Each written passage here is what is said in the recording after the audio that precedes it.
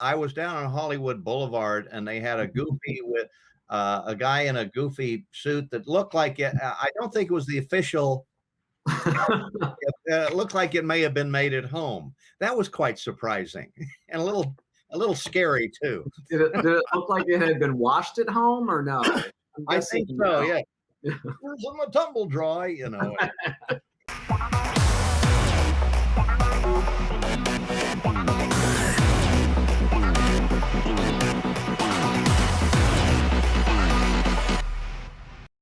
Welcome, friends and fans, and children of all ages, to another episode of GalaxyCon Live, where we are bringing the convention experience directly to you. And today we are indeed going to the world of Disney with two amazing guests. So without further ado, let's wish upon a star and bring them out. Our first guest is an actor and comedian whose credits include RoboCop, the Star Wars parody film Troops, and the current voice of Disney characters Pluto and Horace Horsecollar. But since 1987, he has also been the voice of the beloved Goofy. Please welcome back everyone's friend, Bill Farmer. Good afternoon or evening or wherever it is, morning, wherever anyone is. This is an international thing now, I guess. So. Oh, yeah. We are around the globe and back again. So, Bill, how are you? I'm doing great. And yourself? I absolutely cannot complain. I started off the year. I got some wonderful trinkets from your past. Remember this guy? Oh, of course. Sam and Mac. Wow, I don't think I've ever seen one of those. These just got released late this year. That was one of the previous year video games I ever did, way back, probably about 1988, 90, something like that. But that was gosh, that was a great game though. I did about 5 different characters in that particular game. Sam and Max, Freelance Police. First game. Yeah, by Bill Purcell, and just absolutely wackadoodle in every possible way. It's wonderfully irreverent, and I'm still hoping that it brings the characters back. Oh, I hope so. But only with you. I would appreciate that. Give them a call. I'm available. I'm not doing anything. I'm sitting here in the house. Well, as always, Bill, absolutely wonderful to have you. Welcome back. Oh, thank you so much. Thank you so much. Hey, people coming back. Our next guest is an actor-illustrator who is presently the 4th performer in history to provide the voice of Walt Disney's most recognized and beloved character in video games, animation, and media. Please welcome back the voice of Mickey Mouse, Bret Iwan. Top of the morning to you, or evening, or whatever. It's 4:00 on my side of the world, so it's all good. So, Bret, how you been? I've been well. Thanks, Patty. I'm happy to be back. Good to see you guys. Always a pleasure to have you back there, young man. So, gentlemen, as always, welcome to the GalaxyCon virtual stage. And maybe this year the world might get a little bit back to normal. And once again, we can get you back on our stages and get you back in front of your fans. In the meantime, we have this format. And once again, it's a pleasure to have you here. Yes. Let's hope for a much better year this year, right? Yeah. Start hanging out in person. The beginning of the year, I think, was just shaking off the last little bits of the previous year, but I think I'm optimistic, and I'm too. You know, little by little, I'm getting a glimpse of the outside, and it looks pretty much the same it is, as when I left it back in March last year. Yeah, I still haven't taken the aluminum foil off my windows yet, so I don't quite know what it looks like. But a lot of people have said that they're going to wait till March because that's really when it all sort of kicked in the previous year. Right. I'm like, that's fair. That's so March is the reboot, but we're working towards it. So the team is going to the chat room right now to pull out the questions. In the meantime, I've asked you how you got in these roles and everything else. So I'm just going to throw this out. What's the best thing about being a voice of Disney? Oh my gosh. You want to do that, Bret? Or sure. I mean, happy to. It's, believe it or not, maybe a harder question to answer than you'd think, because there's so many great opportunities that come with these characters. There's so many fun adventures we've had and stories to tell. But, I think for me, one of the best things has been being a Disney fan myself, growing up, really loving this character and all the Disney characters, but specifically Mickey, and having a personal connection with him. Now playing a role in Mickey's existence, I've really gotten to see just how much these characters affect the fans and how much they mean to the fans. And so that really just makes, you know, that little piece that we provide mean that much more. And yeah, I think just seeing how highly affected people are by these characters, you know, it's not just that they think they're cool or they think they look good. It's that they have a deep emotional connection and they're influenced and they're affected by them. Yeah. I mean, a Goofy movie came out, I think 7 years ago, and people still just come up to me all the time and say how that maybe changed their life, their relationship with their father, that it has become their movie. And yeah, the love that people have for these characters. And we are so lucky doing characters that, unlike any other characters, have been around. I mean, Mickey was the first talking animated character back 1927, was it? I think 28. Yeah, 28. Yeah. And it's still on television every day. I mean, it's the best job in the world because you get to go and play for a living and live in this little imaginary world, and you kind of bring it out, play with it like a little play set, and then put it away until next time. Yeah, if we get to play for a living. Yeah, and the play set changes all the time too. That's another great part of these characters is, you know, everyone automatically thinks of a TV show, a cartoon, but you know, we get the joy of working on video games or a plethora of toys, or then the whole context of the theme parks. I mean, that's so unique to Disney characters. Right. Yeah, like the play set is always changing. There's always like an accessory pack getting added on. Very much so, and being that these are legacy characters, and you gentlemen have both carried this legacy like tremendously well, and as a Disney fan, I thank you both.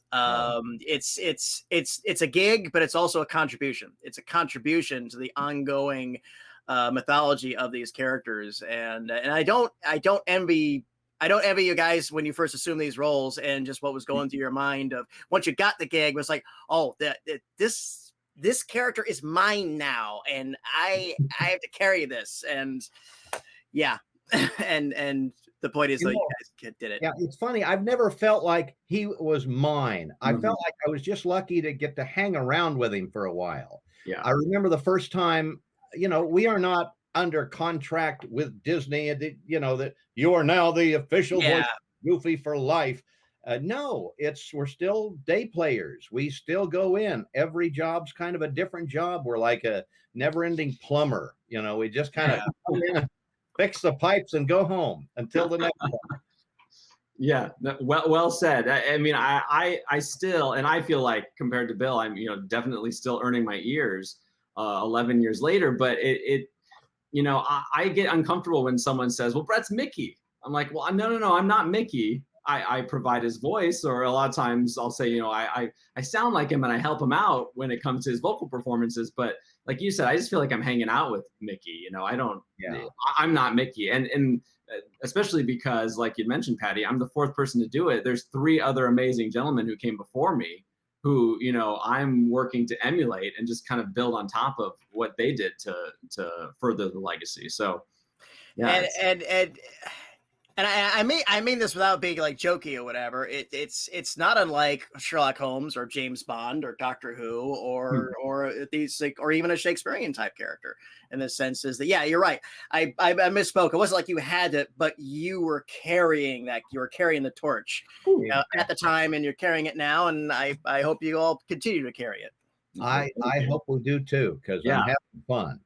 Yeah, I don't have anything on my calendar for next week, so I'm hoping the phone rings while we're doing this. Right. Get something booked. Very much so. Well, gentlemen, I think we are good to go on audience questions. So let's go ahead and see if we've got one from our audience. And this first one comes from Cindy, and she wants to know, what was the most challenging script you ever had to perform as Mickey and Goofy, and anything that might have left you tongue-tied or flummoxed? Oh, there's all sorts of them. Challenging scripts. Every kind of incarnation of Goofy, from going from Goof Troop to a Goofy movie, we had to add layers, emotional layers that he never had before. That was challenging, to kind of not lose Goofy in making him a nurturing father in that particular script. Tongue-tied. I remember singing the Hawaiian war chant once. that Spike Jones had done. Yeah. And oh my God, it took forever because I had to do it in Hawaiian, and then it gets double time toward the end of the song. Cutting and splicing in those days, doing that. But yeah, there's some definitely physically challenging. Anytime we have to do singing, sometimes finding the right key for Goofy so I don't lose Goofy and get his cadence and make sure that it goes along with the song, that can be quite difficult too. Those are probably the tougher things that we do. Yeah, singing is always challenging because, you know, we come in and there's wonderful people who have written these songs and they think they're picking the key, and the song is fantastic, but you start singing in that key and you realize you kind of lose, at least for me as Mickey, a lot of times I'm like, I'm losing the character because I end up just singing like somebody doing a female impersonation instead, and I'm not doing Mickey. I'm up here. It's like, is that really Mickey or just am I reaching that note? Yeah. So yeah, there's singing is definitely hard. I can't remember one particular time I got tongue-tied, but I will say that towards the end of a really long session, it doesn't matter what the word is. My tongue and my articulation just starts to turn to mush, and just, you know, it'll be the simplest word that you've said hundreds of times before, and all of a sudden you start tripping on it. Yeah. Weird mental blocks, and yeah, it's funny. It's funny. But I always think of Walt had trouble saying aluminum, apparently. Aluminum. He always said aluminium. Aluminum is the one word he got tripped up on all the time. So whenever I trip up on a word, I don't feel too bad. You know, I remember even Walt got tongue-tied. So. I can guess what his word after that was. Well, no comment. Sydney, thank you. That was a wonderful question. What do we have next? And this comes from Charlie. What are some of your favorite projects you have worked on? That's difficult. At the present time, I love working on one that's not goofy called Amphibia, which is on Disney Plus, and I play a frog. I do dogs and frogs now, and I do a character named Hop Pop. He's a lot of fun because he was an invention of mine. I got to create the voice, whereas obviously Goofy was my favorite Disney character growing up. But you're stepping into some shoes that are kind of already formed. You kind of are stuck with this character that everyone knows, and you've got to do it justice and still bring some of you into it. But obviously, just because of the love involved, a Goofy movie, Goof Troop, which was my first series, that's always a thing.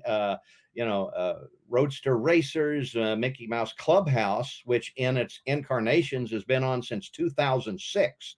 And that amazes me all the time. You can just go down the TV thing. Oh, I'm on. It's 2:30 in the morning. What kids are watching at 2:30 in the morning? But they're all fun in their own right. Yeah, it really is hard to keep track and remember, you know, the things that you had fun at in the moment. But so it's easier to go back to what you're working on most recently. And we've been doing a new series that's just released called Mickey Mouse Funhouse. Yeah. And that's been fun for me as Mickey because the characters are kind of transported to wherever they imagine. It's kind of like these imaginary world portals. Mm-hmm. And they've gotten to play in some really fun contexts. And Mickey in particular has been allowed to kind of break out of what I felt like the character was being pigeonholed a little bit into in like Roadster Racers and Clubhouse, where he was kind of the leader who always made sure everyone was, you know, having a good time and explain that we were all friends in the end. Well, Mickey now has had a little bit more of an adventurous spirit, which I've loved playing. And he's been a little frustrated and kind of just, you know, a little crazy at times. So that's been a lot of fun. And then I always go back to the theme parks. This have always been such a great love of mine that anytime we work on something for the parks, I love imagining, you know, those characters jumping around stage or the parade or, you know, on a cruise ship or whatever. So I just, that's always going to be a soft spot for me. I love anything to do with the parks and the live experiences. When I was a performer at Disney, yes, hear your voice on announcements and little things here and there. I'll be like, "Hey, I know that guy." yeah. We all know Mickey, Pat. No. Yes. And Charlie, thank you. Great question. What do we have next? As comes from Brian. Ooh, what's your favorite Disney parks attraction? I think if I had to pick, just because I don't think I've ever gone to Disneyland without going in the Haunted Mansion or on Pirates. Those are my two must-dos because they're the most quintessential Disney projects to me. They kind of invoke the feeling of Walt and what Disneyland was when it opened, and they're just amazing attractions.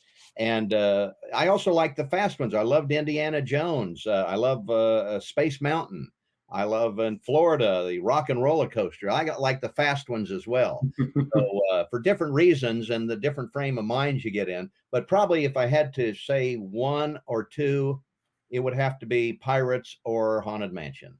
Yeah, I'm gonna ditto Bill's response. I'm sitting next to a Haunted Mansion poster here in my house, and a Pirates of the Caribbean album. Actually, those have always been, like you said, just they're the quintessential experiences. They're original storytelling in a Disney theme park at its best. So I love those. Patty, you know, I'm a huge train fan, so I'll sit on that train and go around whatever park it is all day long and be content.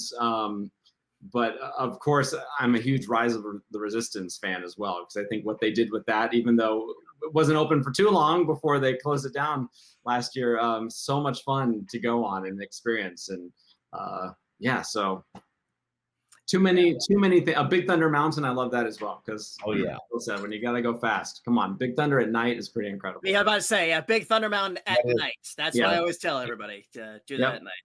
And it's not a ride, but I love the Monsters Inc. laugh floor, but I may be prejudiced. So. Yeah, you know. Hello, humans. Hey, Brian, thank you. Great question. What do we have next? And this comes from Michael. Who would Mickey and Goofy invite to a Super Bowl party? Wow. Probably invite together. You know, a close-knit group. They kind of always travel together. Maybe, let's see, who would I think Goofy would eat the most hot dogs and popcorn, so I don't know if Mickey would want to take him because it could get expensive, but you know, he'd probably invite Mickey and Donald and the gang. It would have to be. Clarabelle would bring some baked goods over, and Pete would probably bring some really horrible, stinky cheese thing that he'd be proud of, and we'd all be like, "Oh, you outdid yourself this time." It's Velveeta and a can of chili microwave for 30 seconds. Yeah, exactly. Yeah, I'm not going to turn that down. Yeah, it's be the whole gang. So yeah, absolutely. So Michael, of course, whoever wins the Super Bowl, we'd invite them because they always go to Disney World, right? So I'm sure they'd invite the winners over for an after party. Something like that. So, well, Michael, there you go. And you're having a Super Bowl party. May your team win. What do we have next? And this comes from Jewel. Aside from the characters you voice, who is your favorite Disney character? Oh my gosh, that's a tough one. Yeah. Or it depends on the project that character is in. I've always had a fascination and a love for Blue from Jungle Book. You know, of the classic characters, I'd have to hang around. Yeah, Mickey, definitely. But they kind of come and go different times, different ones. Bambi. I mean, as far as movies, whether the character is my favorite, I don't know, but there is definitely that era of Disney movies is my favorite. But probably have to be Mickey, really. You know, so good job, buddy. Thanks. Well, I was going to say Goofy, and that's not just because you said Mickey, but I've always had a soft spot for the Goof when it comes to the classic characters. And feature-wise, I loved Aladdin. When that came out during that whole renaissance of Disney feature animation. I loved the whole cast of Aladdin, but the genie. I thought what Robin Williams did with that character was incredible. And I can still watch that movie till today and be equally as entertained. So, yeah. Yeah, I will always love Uncle Scrooge. Yeah. I was a big fan of the Carl Barks comics and what Don Rosa did with them later on. And my comfort go-to is Robin Hood. That an often overlooked one, but a great one. I grew up watching Robin Hood. Yeah, I really like it. And Jewel, thank you. Wonderful question. What do we have next? And Mara, what actors inspire you? Oh, Kevin Costner is one of my biggest inspirations. I think I don't know if that's acting wise or just life wise, but I think he's a pretty cool guy. Yeah. No, he's got several Academy Awards. He's doing something right. That's true. Let's see. That's a toughie because there's so many people. Performance wise, Anthony Hopkins, anything he's ever been in, the guy is absolutely amazing. Bryan Cranston's another one that I love watching. There are so many. That's a very difficult one because there are so many to choose from. But I love when, you can they just immerse themselves in the role so much that it's so believable. You have to pinch yourself, and they're just acting. They're just acting. When you get lost like that, anyone that can do that just amazes me, and I'm very much in awe of. I love any actor who assumes a role and you don't instantly think, oh, it's that person. You think of it in the context of that character.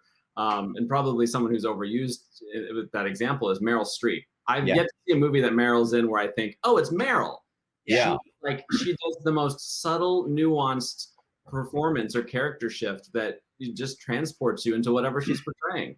I love that. I also love a lot of the old classic actors, Cary Grant and all of them, and you could argue maybe they weren't the best actors, but their personalities and the aura that they brought to those films. They had the gravitas of a movie star, and yes, there is a difference between an actor and a movie star, and that doesn't mean there's one better than another. They are parallel roads on that freeway, and some people could do both, and John Wayne played John Wayne. He was John Wayne, but we love John Wayne.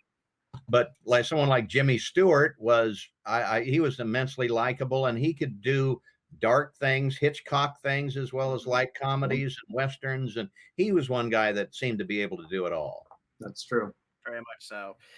And was a brigadier general in the Air Force. Yeah, he was fascinating. He's instrumental in helping develop Strategic Air Command and all that. So he was overachiever. Empire Magazine did a list several years ago of the toughest actors of Hollywood of all time, and he was listed as number one. Really? Because of his military career and the fact that he never bragged about it. No. I think Bill was listed as number 7 in that same article. That's right. Number 7 in my house. Mara, thank you. Wonderful question. What do we have next? And this comes from Grace. What is your favorite Disney song? Wow. When You Wish Upon a Star will always give me all the feels. It still gets to me. But gosh, I'm trying to. Fragilistic is a great song. I love that. This will really date me, but when I was a little kid, Davy Crockett, that song, I love that. I love that show. And we're talking about some of the projects, early projects that I love with Fess Parker, who I luckily got to meet very early in my career. And that was like oh my gosh. There's so many songs. Gosh. Yeah.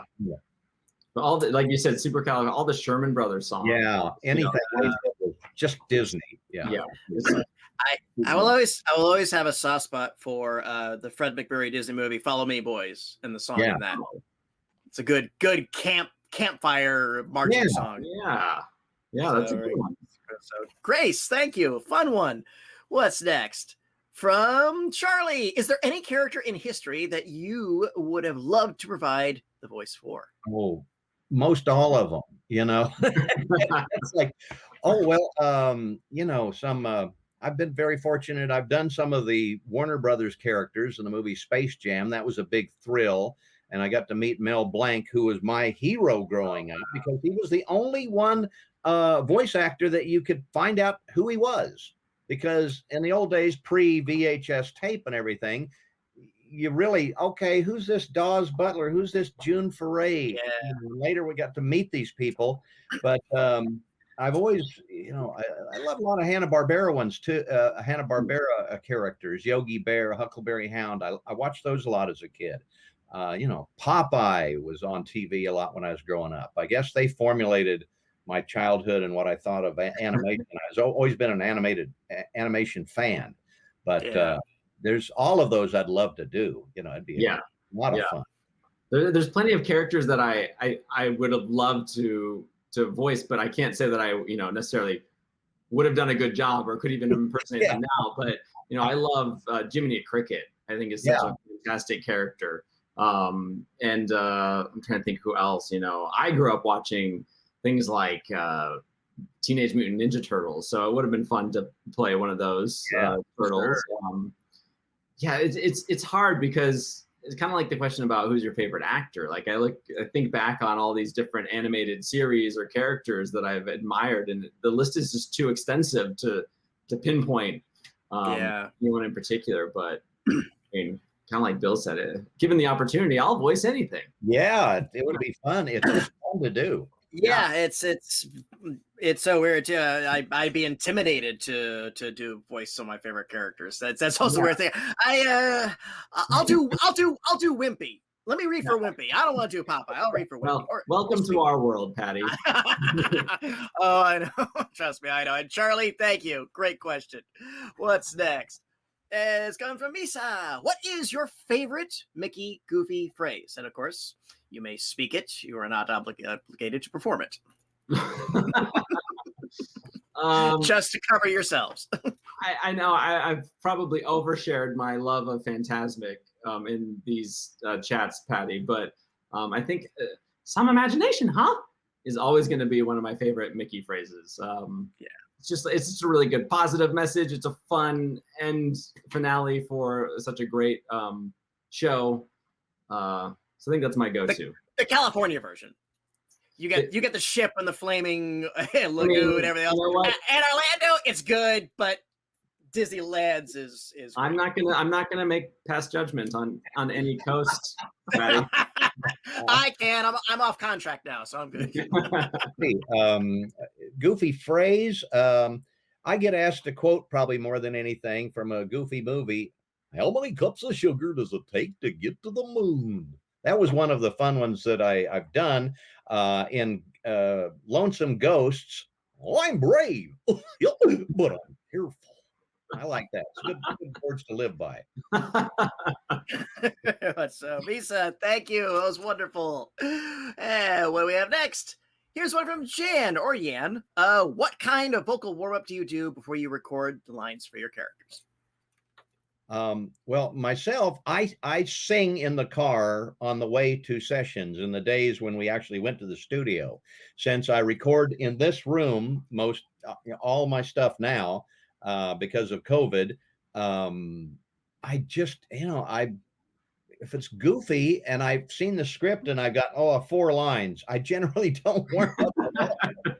If it's something that, probably just kind of singing to radio or something like that, and just kind of warming up it's important to warm them up. It really is. I should do it more often than I do, because you can stretch a muscle. If it's like jogging without warming up, you can hurt yourself.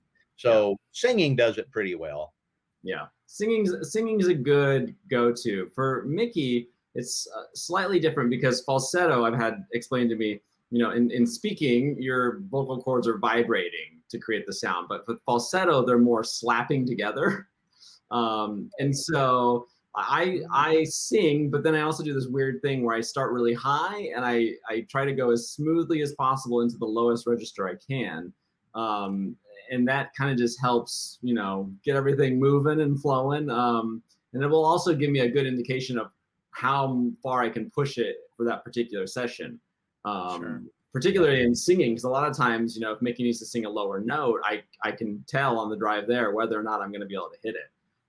So it also helps me know how much force and how much shouting I can do versus talking. So yeah, it's kind of different every time, but I typically do that, and it's really weird. I always imagine, what do people think when they see me pull up to them next to the stop sign? And I'm like, yeah. They give you really tired or crazy. Yeah. Jan, there you go. What's next? From Aaron, which Marvel superhero would you want your characters to team up with? Let's see. Well, Goofy actually is a super character from Super Goof, which Super has been in cartoons, and he gets his power from super goobers, so super peanuts. And but who would he team up with?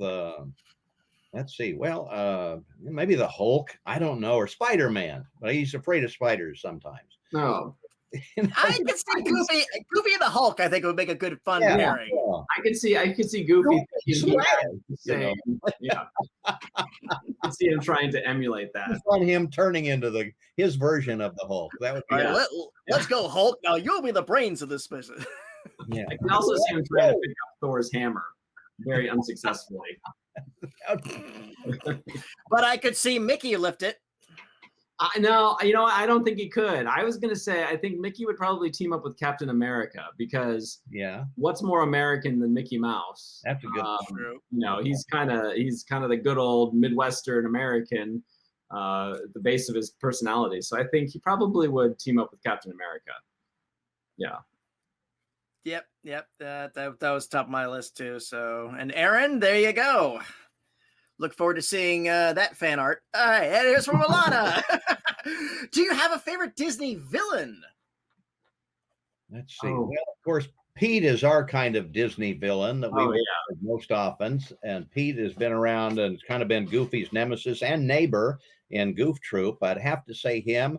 In the films, I love Jafar. He was a great villain, I thought. Yeah. And he was kind of sly, and he was that evil without being too mean up front, but then he revealed himself to be this really nasty guy.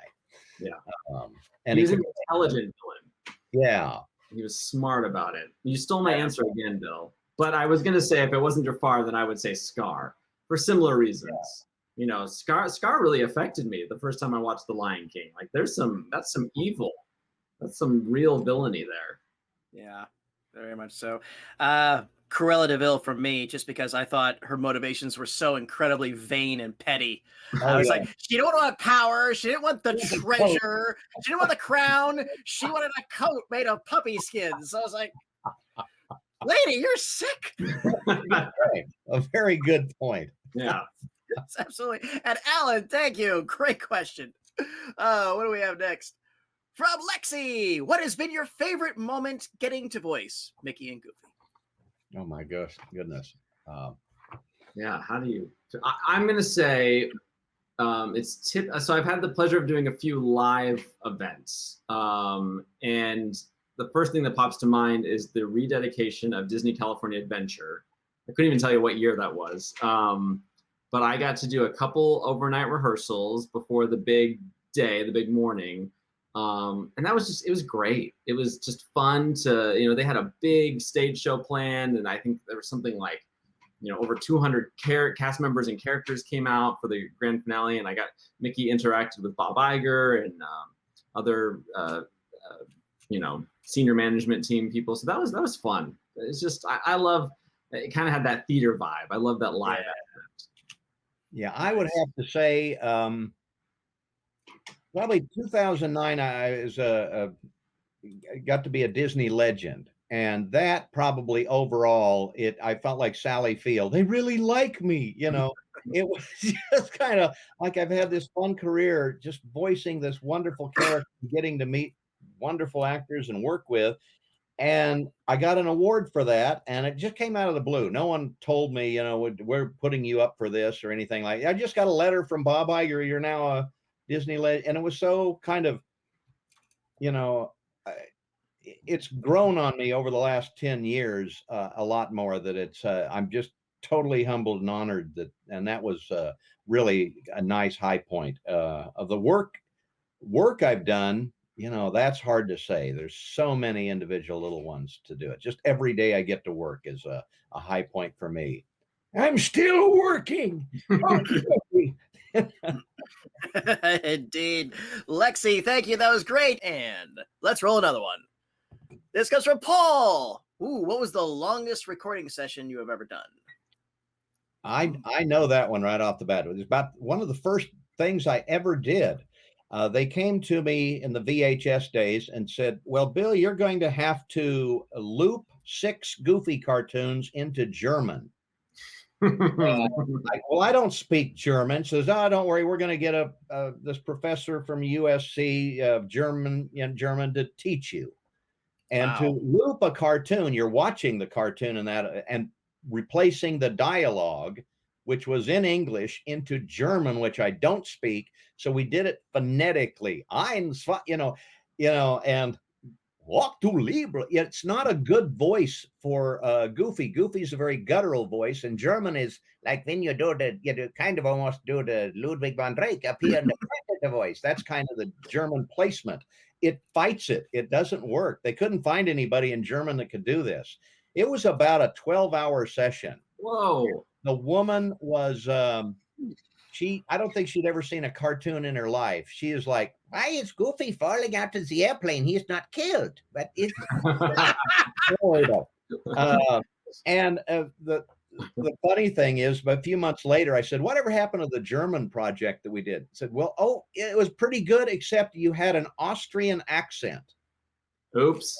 Because the woman, the German professor, was from Austria. I was picking up her accent in Goofy, and that didn't fly in Germany. So they finally found someone, luckily in Germany, that could do a good Goofy voice. Very interesting. Oh, that was a long one.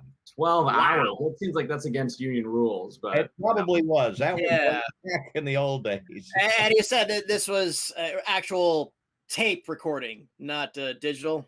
It was. So yeah, that was a lot. All right, take 27. Oh, yeah.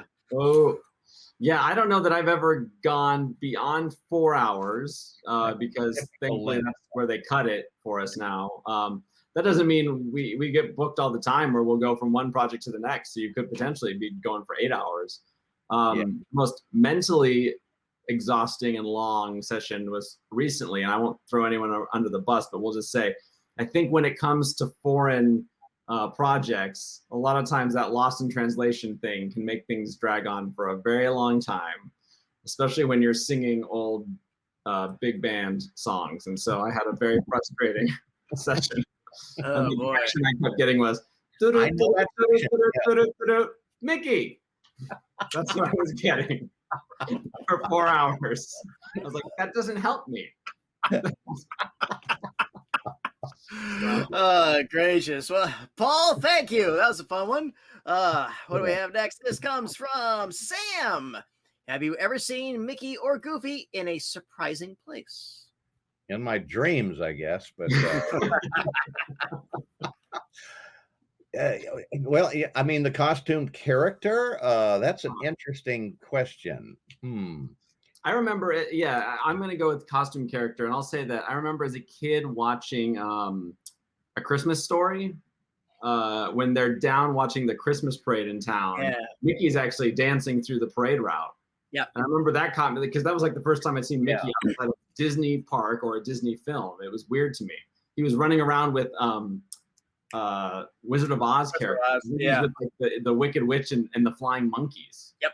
So brand management must not have been on that one back then. No, they were. We actually did a Christmas Story reunion a few weeks ago, and that actually came up, and they had said, really? no, Bob Clark reached out to Disney, and Disney was actually, they said, yeah, go ahead, you're good. Yeah. So if I think about it a little bit, I was down on Hollywood Boulevard, and they had a Goofy with a guy in a Goofy suit that looked like it. I don't think it was the official. It looked like it may have been made at home. That was quite surprising and a little scary too. Did it look like it had been washed at home or no? I think so. Yeah. Where's my tumble dry? You know. It was just off kilter enough to be kind of disturbing. Yeah, kind of fell in the uncanny valley. Oh, wow. Sam, thank you. Good one. What's next? I think we have time for one, maybe two more. John, what do you think Mickey and Goofy would do to pass the time while in quarantine? Can mice and dogs get COVID? I don't know. I'm not sure the studies are out on that just yet. I don't think so. Goofy would probably eat, and he'd probably forget to wear a mask if I know Goofy, and give it to the whole gang. He'd wear a mask, but he'd wear like a Lone Ranger mask. Thinking, oh, I heard you gotta wear a mask. Here we go. Yeah, a Halloween mask would be good for him. Yeah. I'm the Hulk. Watch your respiratory droplets, Goofy. Mickey would probably, Mickey probably would do exactly what I've done, which was watch a lot of movies and work on his house. That's right. Yeah. Do a lot of I feel like Mickey would be quick to think, how can I be the most efficient during this time and be the most productive? Yeah, that'd be good. Oh, always looking forward. Yes, John, thank you. I think we have time for one more, so let's see if we can go out a really fun one. From Nicholas, what's one piece of advice that has served you well? Yeah, acting wise, the best advice I think I've ever gotten is if you can entertain yourself, you will entertain others. So I try and make every session that I do entertaining to myself. And I always want to give the director what they ask for, but I also try and amuse myself. It kind of sounds weird, but I find that a lot of times that's the take they'll go for. Yeah, I like that one. Let's move on. When I try and just have fun, I think fun kind of just comes through the television to the audience, that if we're having fun, I think the audience will too. Yeah. That's probably my best advice, is to have fun doing it. Yeah. I think, outside of voice acting, as cliche as it is, I think some of the best advice I've ever gotten is to be yourself and pursue your passions. Thankfully I had a support structure in my family and my parents in particular, who just always encouraged me to reach for the stars. And even though, wanting to be an artist, which is what I grew up wanting to do, may not have been the most lucrative or popular thought, they never stopped encouraging me to do that, and actually put me into art classes at a young age and helped me plan my path. And one of the stories I love to tell is that I think I was eight or nine, and I wrote a letter to the Disney Studios, because I lived right down the street from it, and I said, hey, is there any chance that I could sharpen pencils or serve coffee to the animators?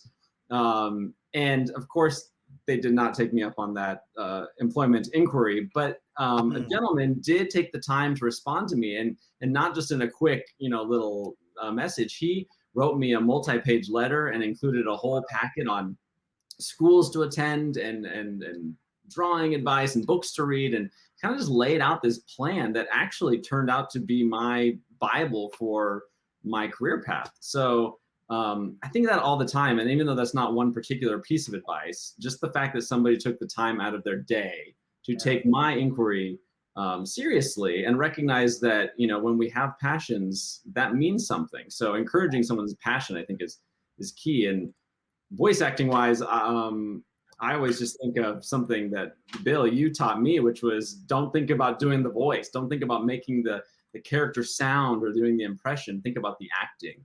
And that's been the single most greatest acting advice I've ever gotten, because the minute I was able to get out of my head of, I've got to sound like Mickey, and I just was able to act in those roles, and Mickey became second nature. So that's when you deliver the best performance.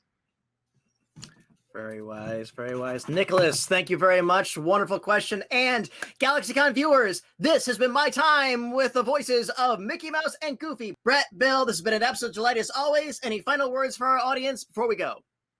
Just stay safe until all this COVID stuff is over. I got my shot yesterday, and it was easy. And everyone get your shots, wear the masks, stay cool until all this stuff's over, I guess. That's right. There's a great, big, beautiful tomorrow, and it's only a dream away. That's right.